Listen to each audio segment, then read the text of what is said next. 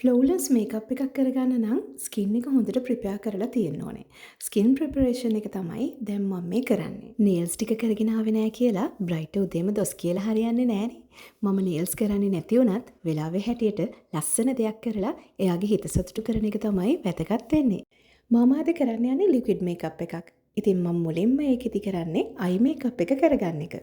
Bridal makeup එකකදී වඩාත්ම වැදගත් තැනක් හිමි වෙන්නේ අයි මේකප් එකට. පෞද්ගලිකව මම කැමති ස්වරූපය වෙනස් නොවන විදිහට අයි මේකප් එක කරන්න.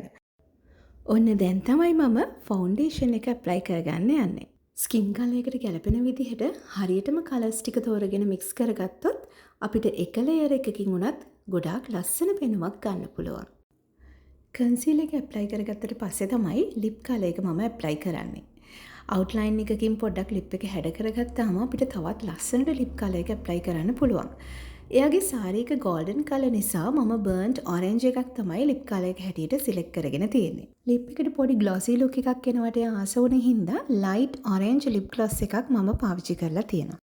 බ්ලෂ් එකෙන් පස්සේ නෝස් එකයි ජෝ ලයින් ඒරියා එකයි කොන්ටුවර් කරගත්තට පස්සේ පිළිවෙලට හයිලයිටර්ස් පාවිච්චි කරලා සෙටිං ස්ප්‍රේ එකක් දැම්මම මේකප් එකේ වැඩ ඉවරයි. හැබැයි ඔයගලන්ට පෙන්වන්න දෙයක් තියෙනවා. බලන්න මම තාම එයාගේ මූණ විතරයි මේකප් කරගෙන තියන්නේ. ඒත් ඔයගලන්ට පේනව නේද ලොකු වෙනසක් නැති බව. මේකප් එක මේ වගේ ලස්සනට කරගත්තට පස්සේ අපිට ඊළඟට තියෙන්නේ හෙයාර් ස්ටයිල් එක. ගොඩක් දෙනෙක්ට තියෙන ගැටලුවක්නේ කොහොමද මූණට ගැලපෙන විදිහට හෙයාර් ස්ටයිල් එකක් දාගන්නේ කියලා. ඉතින් මේ වීඩියෝ එක ගොඩක් දිග වුණ හින්දා මම හිතුවා ඊළඟ වීඩියෝ එකෙන් හෙයාර් ස්ටයිල් එක සහ බ්‍රයිඩ්ගේ ෆයිනල් අවුට්ලුක් එක කොහොමද තිබුණේ කියලා ඔයගලන්ට අරගෙන එන්න.